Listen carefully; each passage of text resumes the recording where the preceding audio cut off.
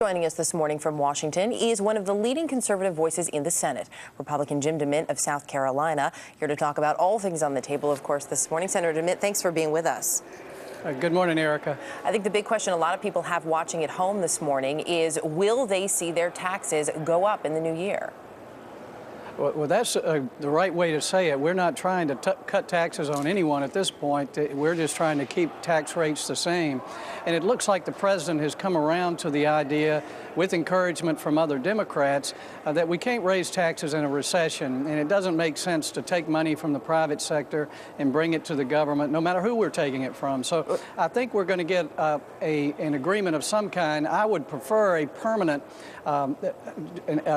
extension of the current tax rate so businesses can plan to add people over the next couple of years. I suspect the president is going to push for something more temporary. You would prefer that? You say he's going to push for something more temporary. Obviously, this ultimatum that was issued by Republicans has had an impact. Would you go with some sort of a compromise there then? Well, I'll have to see what they put on the table. I have introduced with Mike Pence from the House a proposal to extend them permanently.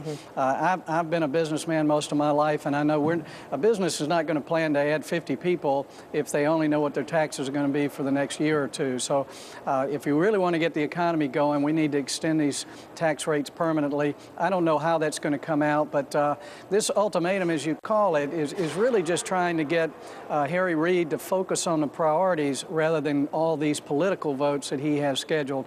We've got to fund the government and keep taxes from going up. And if we'll do that, then he can keep us here till Christmas if he wants to, voting on some of this other nonsense he's talking about. A little bit of a standoff on both sides. In terms of the Deficit Commission, which of course Nancy mentioned, the vote coming up, and there's been some meeting of the minds on this. Obviously, not everyone is together on it.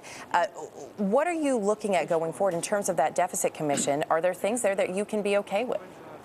Well, this is a process we have to start, and I think we have to get all Americans to realize that our country is in imminent danger of bankruptcy because of the massive expansion of government and the huge increase in debt over the last few years. So where do we need to make the cuts most immediately?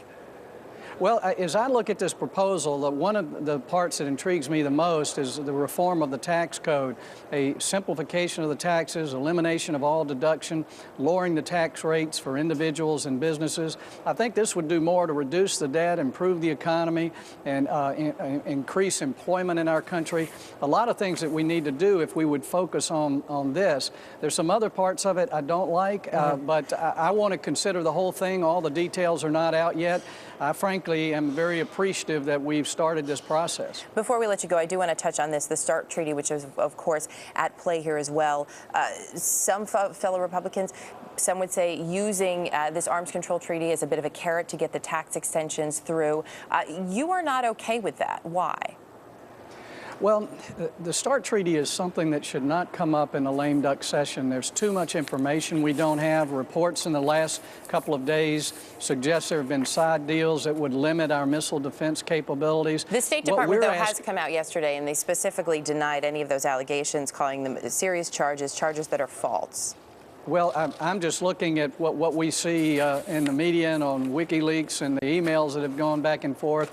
But we've asked for the negotiating records and have not received them. So my biggest concern about the START treaty is it accepts parity with Russia, and it, I think, explicitly or implicitly limits our ability to develop missile defense, which may be the most important part of our defense system in the next 10 years. We will have to leave it there this morning, sir. Thanks for your time. Thank you.